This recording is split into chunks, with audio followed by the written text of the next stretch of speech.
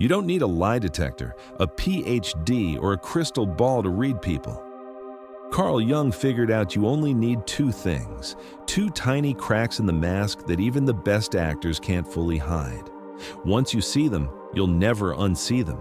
And yes, you'll also learn some uncomfortable things about yourself. Welcome to psychology's equivalent of turning on the lights at 3 a.m.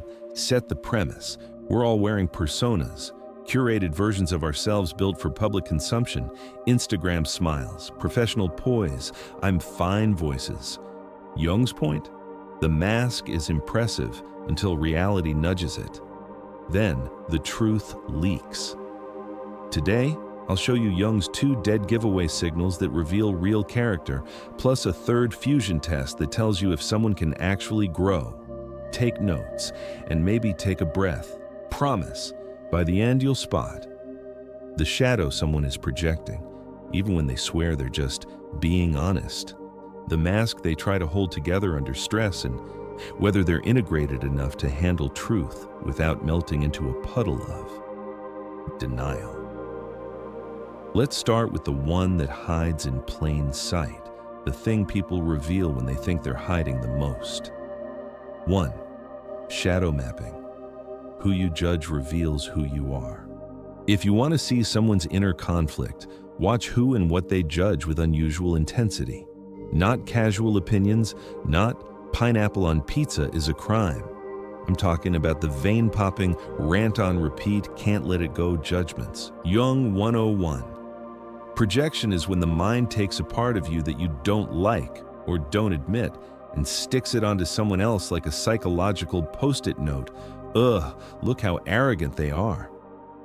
Translation: I'm battling my own relationship with confidence and status. We attack what we're afraid to accept in ourselves. Example: David and Mr. Fake. David, an architect, worships integrity. His coworker Marcus is charming with clients. David calls him fake, manipulative, and a walking sales pitch. Jaw clenches whenever Marcus gets praise. Jung would say, David isn't allergic to Marcus. He's allergic to his own desire to be socially agile. He buried that skill because he equated charm with dishonesty. His judgment is a boomerang. Positive projection, the sneaky twin. Projection isn't always negative. When someone idolizes others, she's so confident. He's insanely creative. They might be admiring the talents they haven't allowed themselves to own yet. Your pedestals are often mirrors pointing at your unrealized potential. Micro-tells to watch. Heat. The rant has energy. Watch for sudden volume, tight jaw, fast speech. Pattern. Same criticism across different people. Everyone's so needy. Everyone's lazy. Okay, everyone? Contact high-low. They either can't stop talking about it, negative idol, or they glow when a favorite person is mentioned, positive projection. How to test it? Softly. Ask, when that trait bothers you, where does it clash with something in you? If they explode, deflect, or preach, shadows running the show. If they pause and say, oof, maybe I want some of that confidence I keep calling arrogance. You just witnessed psychological courage. Judgments reveal the underground wiring, but if you want to see the fuse box blow in real time, watch what happens when the mask gets bumped. 2. Mask maintenance. What you do when your image is threatened. Everyone manages an image. The question isn't if you have a mask, it's how you protect it when it's cracking. Scenario: Sarah the unflappable. Sarah's the calm professional. Stakes are high. Client meeting is tense. The client questions her strategy. Crack. Suddenly, Sarah interrupts, blames her team, and throws in a spicy jab about the client's previous decisions. The calm wasn't character. It was costume. Under pressure, true patterns stampede out. Why this reveal matters. When the persona gets poked, the ego scrambles. Attack, deny, deflect, or breathe and own it. Those first 3 are defensive reflexes. The last one, owning, signals maturity. Mask slip micro tells. Voice shift, warmer to colder, or sugary sweet to razor sarcasm. Body snap, crossed arms, leaning back, chin up, micro-dominance. Word games. I'm not defensive, you're misinterpreting. Chef's kiss denial. How to ethically observe. You're not trying to trap anyone. Just note what happens when they're criticized publicly, wrong privately, or forced to choose between truth and image. Do they own it? I missed that. Here's the fix. Or perform a magic trick with blame. So now you can read the judgments that leak the shadow and the cracks that expose the persona. Combine those and you get Jung's final boss for character reading. 3. The integration test. Can they hold truth without collapsing? This is the upgrade. You reflect the pattern back gently and watch for one thing: capacity. 2 common responses. The defender. So you're saying I'm jealous, you don't get it. They argue the mirror, not the message. The integrator. Ouch! And yeah, I do want some of that attention. I should probably own that they metabolize discomfort into growth. Mini exercise. Use sparingly. Be kind. Hey, when you say show-offs bother you, is there a part of you that wants to be seen more too? The words you're listening for? Maybe. Sometimes, I don't like that it's true. Congratulations. That's integration starting. Why this predicts relationships. Defenders repeat cycles. Integrators evolve. One is a rerun, the other is a season arc. And now comes the twist you didn't ask for but absolutely need. The part where these tools turn. Back on you. The mirror effect.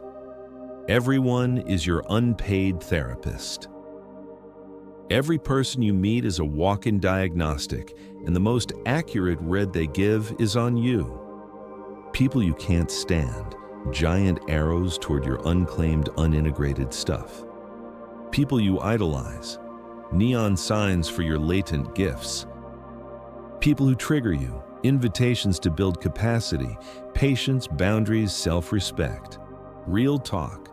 I once dismissed someone as validation hungry. So elegant of me. Turns out I was running a fancy version of the same thing, seeking quieter approval and naming it feedback. My judgment wasn't discernment, it was a disguise. Okay, philosophy is cute. Let's bolt this to the floor of real life. Here's how to use all 3 reveals without turning into the office Freud. Field guide. How to apply this without being a jerk. Romance. Listen for repeating rants about exes or coworkers. All my exes were selfish. Shadow ping. Watch the mask under stress. Late reservation, travel delays. Do they punish or problem solve? Try the integration nudge. When that trait bugs you, what does it bring up in you? If they can engage, green flag. Work. Feedback meeting, note tone changes and blame patterns. High stakes moment, check ownership versus optics. Team dynamics, who's constantly deflecting, who's repairing, apology plus plan. Who's learning, changes behavior next time. Family and friends, holiday dinners, shadow raves, now in 4K. Boundary tests. When you say no, do they respect or retaliate? Mask reveal. Repair attempts. Can they sit in discomfort without rewriting history? Integration. With great psychological insight comes great temptation. Here's how not to weaponize this. Ethical use. Don't become a shadow hunter. Jung's tools are scalpels, not swords. Red flags you're misusing this. You feel superior when you figure someone out. That's your own shadow wearing a lab coat. You use insight to control outcomes. That's manipulation, not maturity. You diagnose others endlessly, but never audit yourself. That's not psychology. It's theater. How to stay clean. Lead with curiosity, not courtroom energy. Keep your side of the street pristine. Here's how I'm reacting. Here's what I own.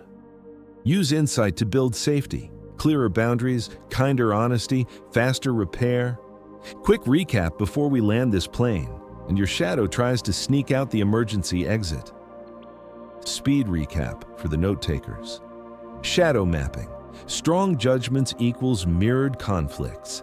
Heat plus repetition equals signal. Mask maintenance. Stress pops the persona.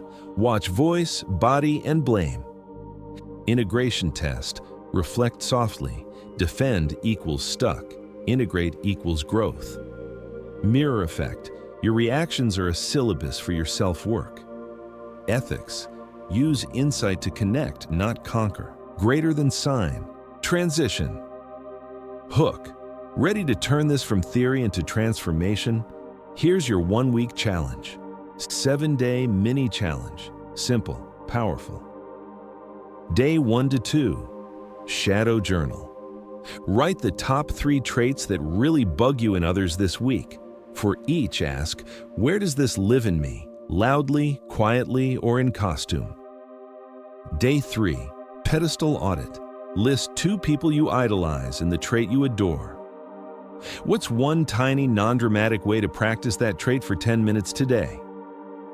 Day 4. Mask moment. Recall the last time you got defensive. Name the feeling under it. Fear, shame, exposure. Share it with one safe person. Day 5. Integration rep. Invite gentle feedback from someone you trust. Practice saying, "Thank you. I'll sit with that," before you explain. Day 6. Boundary rehearsal. Write a 1-sentence boundary you've been avoiding. Practice saying it calmly twice, then actually say it. Day 7. Repair and reset. Find one place you overreacted this week. Offer a clean repair. I got defensive. That's on me. Here's how I'm adjusting. Do this for a week and you'll notice it. Less reactivity, more reality. That's individuation beginning. If this cracked your lens a little, in a good way, stick around.